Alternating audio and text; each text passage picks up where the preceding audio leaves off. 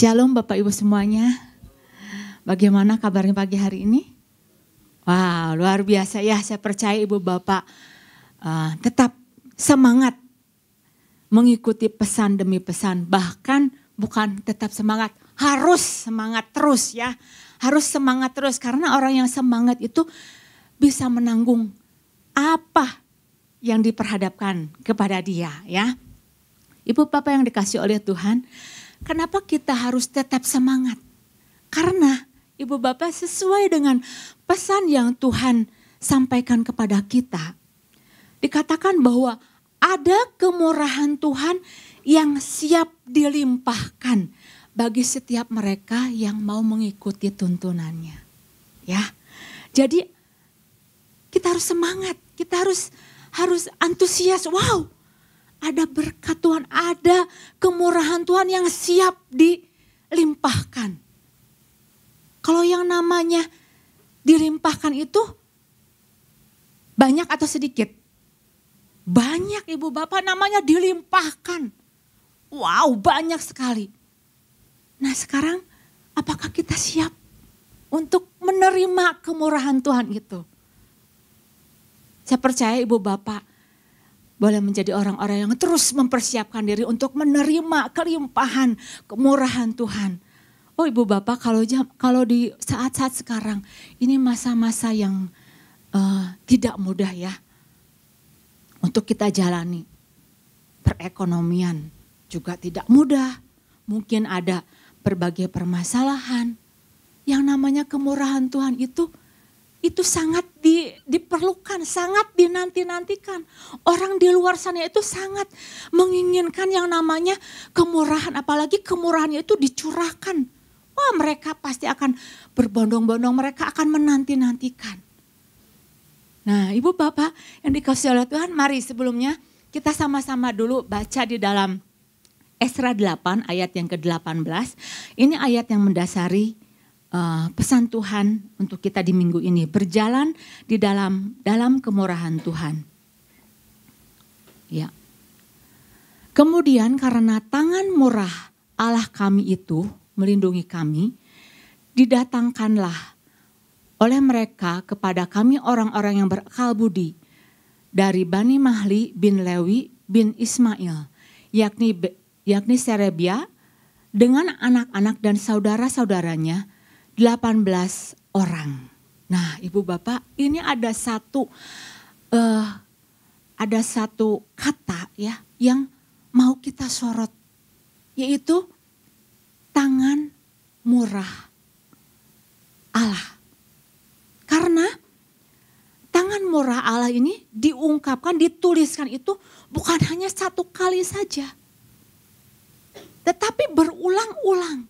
Ibu Bapak bisa baca di dalam ayat yang pasal ke-7. Pasal ke-7 ayat yang ke-6, ke-9, ke-28 dikatakan bahwa ada tangan murah Allah yang melindungi kami. Kemudian di pasal yang ke-8 ayat yang ke-18, 22 dan 23 juga diungkapkan lagi. Jadi kata tangan murah ini kalau di dalam ilmu hermeneutik diulang-ulang, dibacakan lagi, diulang lagi, itu artinya penting. Nah, kata ini yang mau kita sorot. Sorot seperti lampu sorot ya. Supaya apa? Supaya kelihatan ada tangan Tuhan, tangan murah Tuhan. Karena apa? Bukan hanya ditulis oleh Esra, tetapi Esra adalah pribadi yang mengalami sendiri bagaimana tangan murah Allah melindungi bangsanya. Sekalipun pada waktu itu Esra harus menjalani perjalanan yang tidak mudah. Keluar dari Babel, masuk ke Yerusalem, bawa rombongan banyak 1.000 orang Israel, harus membangun bait Allah. Suku Lewinya itu enggak ada. Orang Lewi itu kan orang yang dipercaya untuk memimpin kebaktian ibadah pada waktu bangun bait Allah. Kalau orang-orang Lewinya enggak ada, bagaimana? Belum lagi mereka kan ketika mau menuju Yerusalem, mau pulang gitu ya ke Yerusalem, mereka itu banyak barang bawaannya, harta bendanya itu banyak. Properti yang dibawa oleh mereka itu banyak. Kekayaan-kekayaan yang harus dibawa mereka itu banyak. Karena banyak yang memberkati dari raja-raja, dari penduduk setempat. Cuman yang jadi masalahnya ketika mereka bawa barang harta bendanya yang banyak itu, mereka itu enggak disertai oleh pasukan dari raja, enggak ada bodyguardnya, enggak ada yang melindungi mereka. Jadi bisa ada sebuah ketakutan, aduh nanti kalau dirampok gimana? Aduh nanti kalau harta bendanya dirampas gimana? Orang-orang akan ngejahatin perjalanan mereka gimana? Jadi ada sepertinya sebuah kekhawatiran, ketakutan juga. Tetapi Ezra katakan bahwa karena tangan murah Allah melindungi kami, mereka bisa tiba. Bahkan mereka bisa bangun. Ada kemurahan Tuhan yang menyertai perjalanan mereka. Ada perbuatan-perbuatan dahsyat yang dilakukan spesial untuk mereka alami. Jadi Ezra dan umatnya itu mengalami yang namanya tangan murah Allah.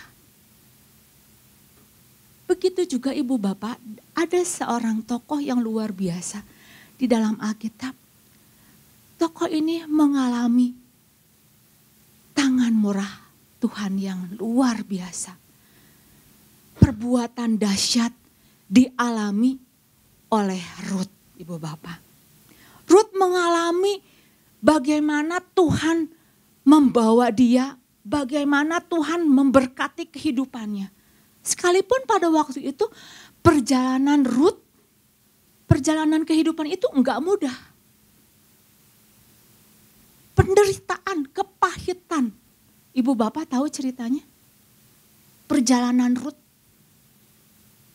Jadi ketika ada kelaparan di Bethlehem, Elimelek itu mengambil keputusan untuk pergi ke Moab. Untuk mengatasi kelaparan. Dengan cara-cara yang mereka pikir benar. Cara-cara manusia. Elimelek gak mengandalkan Tuhan. Gak bertanya sama Tuhan. Gak minta Tuhan haruskah aku ke Moab atau aku harus menanti di Bethlehem. Nah ini bahayanya. Ketika Tuhan mau mencurahkan tetapi umatnya itu mengandalkan dengan caranya sendiri, maka yang terjadi apa? Elimelek dan 2 anaknya mati. Tinggallah Rut dan Naomi.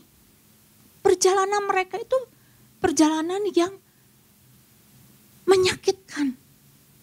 Mereka datang membawa sesuatu tetapi akhirnya mereka harus pulang. Coba ibu bapak bayangkan orang yang tadinya punya berada banyak. Akhirnya pulang dengan tangan kosong. Bagaimana malunya? Mungkin orang bilang, wah gagal. Gak berhasil. Malu. Muka ditaruh kemana gitu. Oh ibu bapak. Jangan sampai kita mengalami hal demikian. Apa yang tadinya mungkin sepertinya pahit. Ceritanya awalnya pahit. Tetapi kalau tangan kemurahan Tuhan turun. Yang pahit menjadi manis, ibu bapak. Yang tadinya mungkin sepertinya memalukan, tapi Tuhan bawa tinggi. Rut pada akhir hidupnya luar biasa. Ibu bapak bisa baca di dalam Rut ya, perjalanan Rut. Jadi pada waktu itu ketika Rut pulang ke Bethlehem, Rut mengambil keputusan untuk mengambil jelai. Memungut jelai-jelai di mana? Di ladangnya Boas. Boas adalah tuan tanah yang kaya. Akhir singkat cerita gitu ya. Boas melihat itu ada perempuan siapa? Kok mungut-mungut jelai? Singkat cerita lagi kemudian terjadilah. Ada sebuah percakapan. Dan Rut bilang sama Boas, Tuan, saya boleh enggak ikut numpang makan deh. Saya boleh enggak ikut cari jelai di ladangnya Boas, di ladangnya Tuhan? Apa jawab Boas? Enak banget. Apakah begitu ibu bapak? Siapa kamu gitu? Orang dari Moab ngambil jelai di ladangnya aku. Oh enggak. Yuk kita sama-sama baca terlebih dahulu ya. Di dalam Rut 2 ayat yang ke-8 coba dikatakan apa? Yang Boas katakan di dalam Rut 2 ayat yang ke-8, Boas enggak bersikap kasar kepada Rut ya. Sesudah itu berkatalah Boas kepada Rut, dengarlah dahulu anakku. Tidak usah engkau pergi memungut jelai ke ladang lain. Dan tidak usah juga engkau pergi dari sini. Coba bapak ibu bayangkan. Orang yang tadinya cari makan gitu ya. Udah. Besok kamu datang ya. Ambil jelai. Kemudian gak usah cari di tempat orang lain. Kita gak pernah kepikiran ibu bapak ya. Bagaimana Tuhan bekerja. Kita mungkin Rut juga gak kepikiran. Kok Boas bisa begitu baiknya ya. Belum lagi dikatakan ibu bapak ayat yang ke-9 dikatakan bahwa. Ayat yang ke-9 selanjutnya ya. Lihat saja ke ladang yang sedang disabit orang itu. Ikutilah perempuan-perempuan itu dari belakang. Sebab aku telah memesankan kepada pengerja-pengerja laki-laki, jangan mengganggu engkau. Jika engkau haus, pergilah ke tempayan-tempayan. Minumlah air yang dicedok oleh pengerja-pengerja itu. Bukan hanya, ayo ambil, bukan. Boleh makan, bukan. Tapi kalau kamu haus ya, ambil di sana. Boleh. Selanjutnya yang luar biasa lagi dikatakan bahwa apa? Ayat yang ke-14 dikatakan apa ayat yang ke-14? Bukan hanya hal itu aja gitu ya. Ketika sudah waktu makan, Boas mengajak. Wow ini luar biasa. Berkatalah Boas kepadanya, datanglah kemari, makanlah roti ini dan celupkanlah suapmu ke dalam cuka itu. Lalu duduklah di sini. Penyabit-penyabit itu dan Boas mengunjukkan bertih gandum kepadanya. Makanlah Rut sampai kenyang, bahkan ada sisanya. Wow ibu bapak, disinilah kita bisa lihat bagaimana ini contoh. Orang yang mengalami kemurahan Tuhan yang luar biasa. Enggak cukup hanya dikasih makan, tetapi dia beroleh tambahan lebih, boleh minum. Katanya jangan dikasarin, pekerja-pekerja enggak boleh keras sama dia. Wah mendapat kesempatan, mendapat kemurahan yang luar biasa. Belum lagi dijamu oleh Boas, ayo makan sama-sama. Udah gitu udah kenyang, bawa lagi berkas-berkasnya. Wow ini luar biasa enggak? Perbuatan Tuhan yang luar biasa, kemurahan Tuhan itu yang enggak kepikiran, yang enggak masuk akal. Itu Tuhan siapkan. Saya percaya ibu bapak, saya juga ingin mengalami. Ibu bapak juga pengen mengalami yang namanya kemurahan Tuhan. Betul?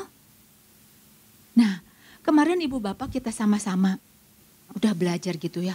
Bagaimana agar kita berjalan di dalam kemurahan Tuhan ya. Kemarin sudah disampaikan bahwa yang pertama ya, yang disampaikan oleh Bapak Gembala, miliki kerinduan untuk berada di dalam lingkarannya Tuhan dan di dalam rencananya. Jadi artinya ibu bapak kalau tahu bahwa ada kemurahan Tuhan, ayo ibu bapak jangan jauh-jauh dari kemurahan Tuhan itu. Tetap dalam lingkarannya Tuhan, jangan keluar dari rencana Tuhan, jangan keluar dari tujuannya Tuhan. Kemudian miliki kerinduan untuk melakukan kemurahan yang sama dengan kemurahan yang Tuhan sudah lakukan. Jadi apa yang sudah kita terima, ayo kita bagikan kembali kemurahan Tuhan. Kita menjadi saluran Tuhan lagi bagi orang lain. Kemudian juga sudah disampaikan oleh hamba Tuhan yang lain, miliki kerinduan untuk terus melekat kepada Tuhan, bukan sekedar dekat. Jadi dasarnya untuk kita mengalami tangan murah Tuhan melindungi adalah kita harus melekat. Melekat itu enggak cukup satu kali, kita harus terus, menerus. Bahkan seperti Esther dikatakan dia punya tekad. Dan pagi hari ini Ibu Bapak, saya mau menambahkan satu poin lagi. Ketika kita sama-sama mau berjalan di dalam kemurahan Tuhan. Satu hal yang harus kita punyai, yaitu katanya itu sangat singkat sekali. Sangat singkat, mungkin Ibu Bapak tahu. Tapi kata ini simple, gak semua bisa melakukan. Yaitu percaya saja. Jadi ketika kita mau berjalan bersama-sama, berjalan di dalam kemurahan Tuhan, percaya saja. Ayatnya itu diambil dari Esra 8 ayat yang ke-18 dan yang ke-22. Kemudian karena tangan murah Allah kami itu melindungi kami. Selanjutnya ya, Ibu Bapak bisa baca dan kemudian ayat yang ke-22. Karena aku malu meminta tentara dan orang-orang berkuda kepada raja untuk mengawal kami terhadap musuh di jalan. Sebab kami telah berkata kepada raja, demikian, tangan Allah kami melindungi semua orang yang mencari dia demi keselamatan mereka.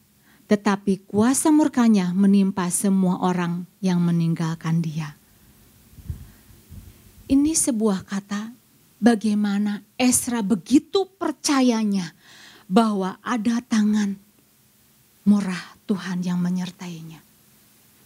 Percaya, katanya itu simple, singkat, percaya. Tetapi enggak semua orang mudah untuk menghidupi yang namanya percaya ini. Bahkan enggak sedikit dari anak-anak Tuhan yang jungkir balik untuk mempercayai Tuhan ada. Untuk mempercayai bahwa kemurahan Tuhan itu ada. Kemurahan Tuhan itu siap untuk dilimpahkan. Jadi artinya Ibu Bapak di sini yang namanya percaya itu bakal menjadi sebuah permasalahan bagi orang-orang percaya apabila percaya yang dia punya itu hanya percaya yang hanya oh iya, percaya yang sekedar menerima, percaya yang pasif. Sedangkan yang mau kita gali percaya itu adalah percaya yang aktif. Percaya yang enggak hanya sekedar menerima. Nah, kita nanti akan belajar bagaimana agar percaya kita itu terus bertumbuh dan bertumbuh lagi. Karena yang menjadi permasalahan adalah ketika kita tahu bahwa ada kemurahan Tuhan yang tersedia. Masalahnya apa? Umatnya itu kadangkala ragu.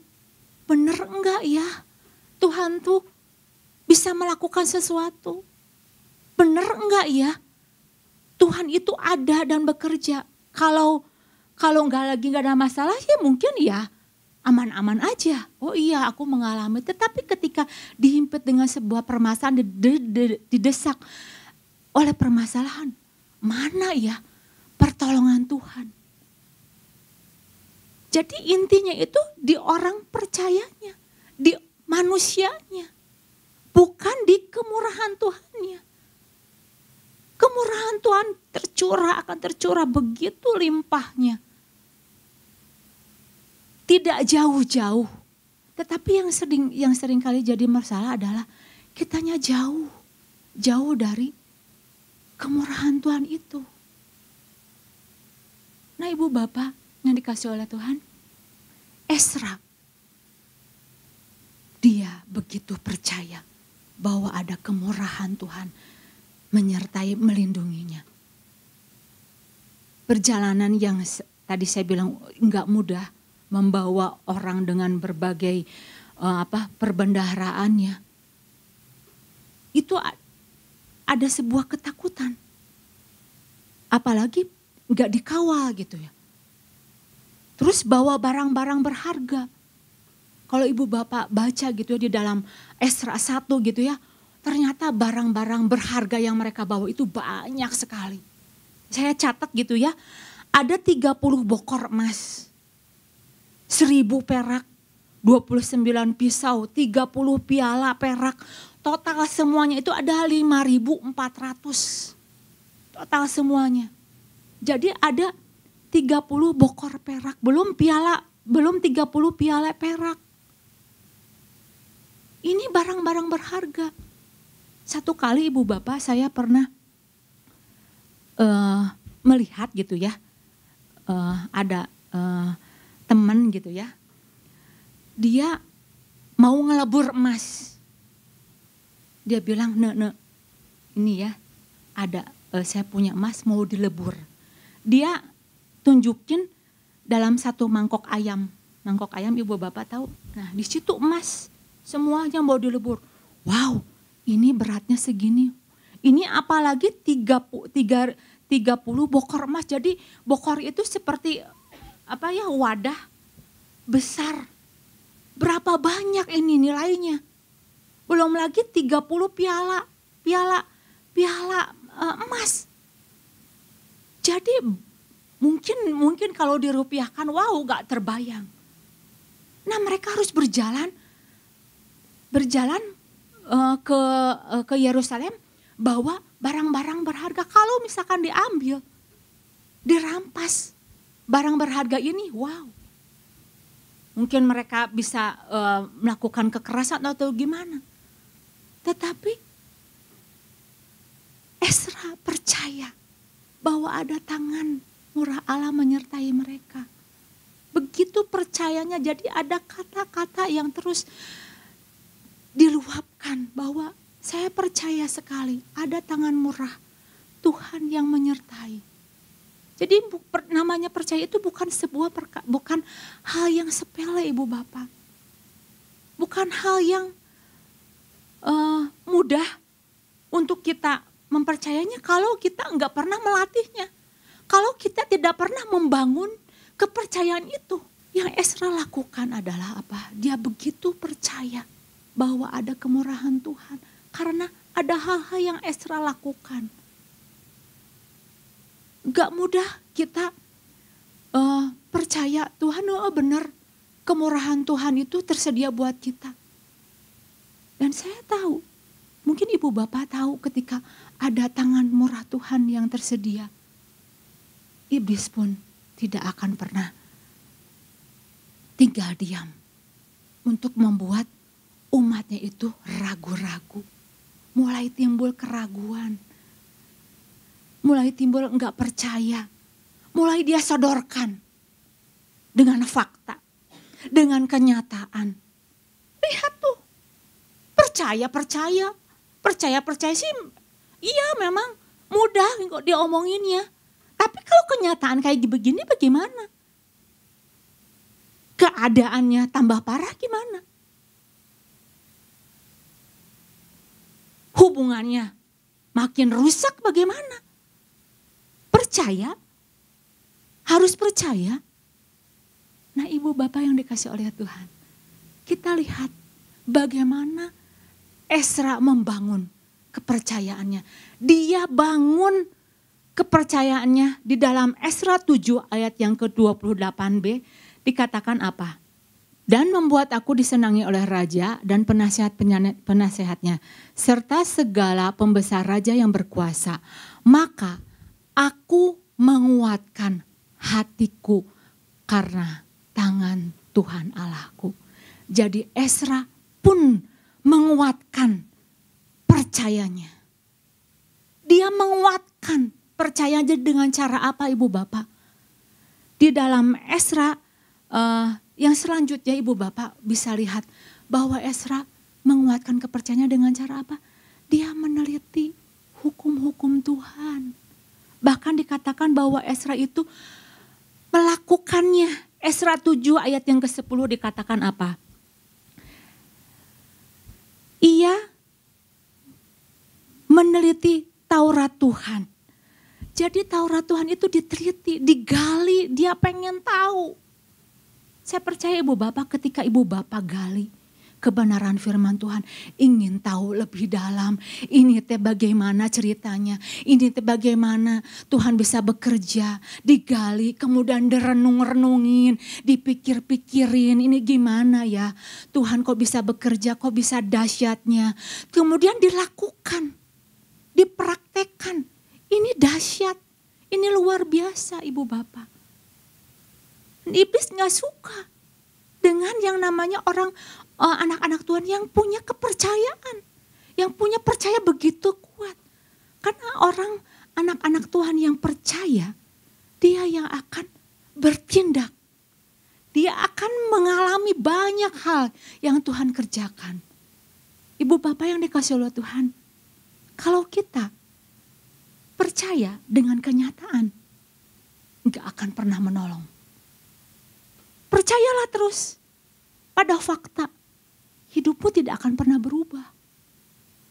Hidupmu akan menderita.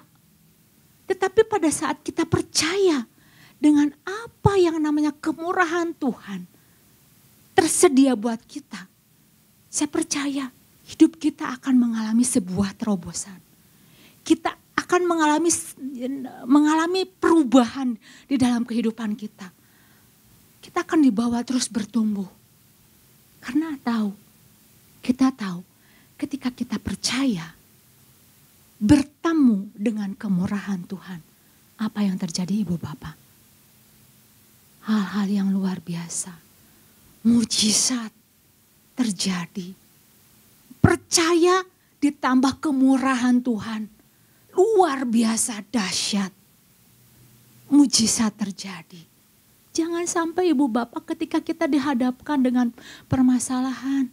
Ayo ibu bapak tetap pegang teguh, kita aktif, kita terus giat. Kuatkan diri kita, cari kebenaran firman Tuhan. Minta Tuhan berbicara. Supaya apa? Kita alami hal-hal yang tidak pernah kita pikirkan. Seperti Ruth, gak pernah terpikirkan. Tapi dia percaya, dia lakukan bagian dia. Ketika bertemu dengan kemurahan Tuhan, wow, hidupnya sangat berbeda, berubah. Dia mengalami peninggian, bahkan menjadi istri dari tuan tanah tersebut. Nah, jadi ketika kita diajak oleh Tuhan, bahwa kita, ayo percaya, karena Tuhan tuh sudah melakukan bagiannya. Sudah terbukti. Bagian kita adalah kita melakukan bagian kita. Seringkali kita menjadi tidak percaya karena kita seringkali dijejali gitu ya. Oleh pemikiran-pemikiran bahwa gak mungkin. Minta gak mungkin. Yuk kita sama-sama baca ya. Di dalam Markus 11 ayat 24 dikatakan bahwa apa yang kau minta, percayalah bahwa kamu sudah menerimanya. Karena itu aku berkata kepadamu, apa saja yang kamu minta dan doakan, percayalah bahwa kamu telah menerimanya. Kalau yang namanya minta kita udah punya belum? Belum ibu bapak. Jadi kalau menurut pandangan dunia, mana mungkin kita terima. Jadi kita terkadang kita ragu.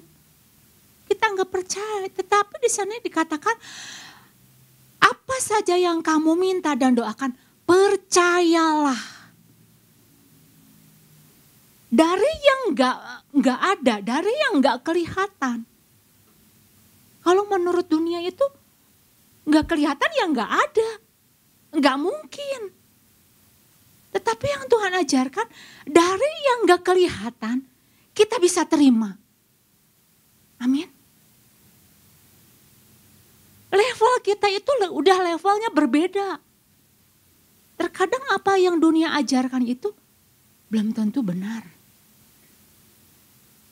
Nah ini level yang mau kita terima, yang Tuhan ingin kita terima.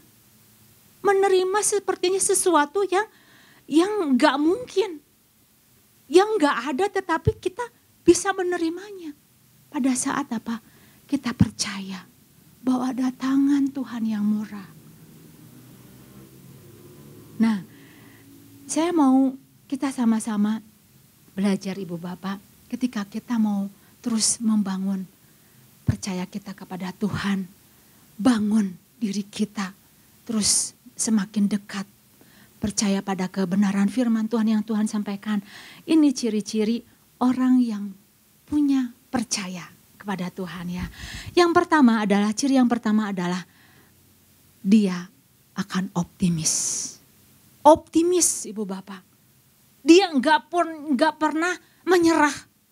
Sekalipun ya betul keadaannya seperti buruk. Tetapi dia optimis. Betul. Esra tidak dikawal oleh pasukan raja. Tetapi Esra optimis. Dia terus berjalan, masuk, melewati, bahkan bisa membangun. Bisa melewatinya. Ada sebuah pengharapan. Optimis itu ada sebuah kekuatan yang bisa membangkitkan iman. Wow. Percaya, ada sebuah pengharapan. Ketika kita percaya, kita akan dibawa untuk terus, sehingga kita punya kekuatan untuk tetap percaya, untuk tetap optimis, bisa menjalaninya. Kemudian yang kedua, ciri orang yang percaya adalah hatinya teguh dan tidak tergoyahkan. Esra enggak tergoyahkan. Yang namanya teguh dan tidak tergoyahkan itu apa artinya? Dia kokoh, tidak bergeser sedetik pun, sekecil pun. Dia tidak menyimpang, bahkan tidak terbawa hanyut oleh keadaan. Yesaya 26 ayat yang ketiga dan yang keempat dikatakan apa? Yang hatinya teguh kau jagai dengan damai sejahtera, sebab kepadamulah ia percaya. Jadi Ibu Bapak yang dikasihi oleh Tuhan, ketika kita mau terus bangun, percaya kita bahwa ada tangan Tuhan yang murah. Ayo, jaga hati, jaga pikiran kita. Jangan besar-besarin masalah. Kita punya Tuhan yang jauh lebih besar dari permasalahan yang sedang kita hadapi. Saya nggak tahu Ibu Bapak punya permasalahan apa, saya punya permasalahan sendiri. Tetapi Ibu Bapak ingat, ketika kita percaya bertemu dengan kemurahan Tuhan, maka mujizat terjadi. Ada kemurahan Tuhan, ada perkara-perkara dahsyat yang Tuhan kerjakan di dalam kehidupan kita. Mari kita sama-sama terus bangun diri kita di atas kebenaran dan tetap terus percaya bahwa kemurahan Tuhan itu adalah menjadi bagian kita dan kita layak untuk menerima kemurahan Tuhan. Demikian firman Tuhan, Tuhan Yesus memberkati.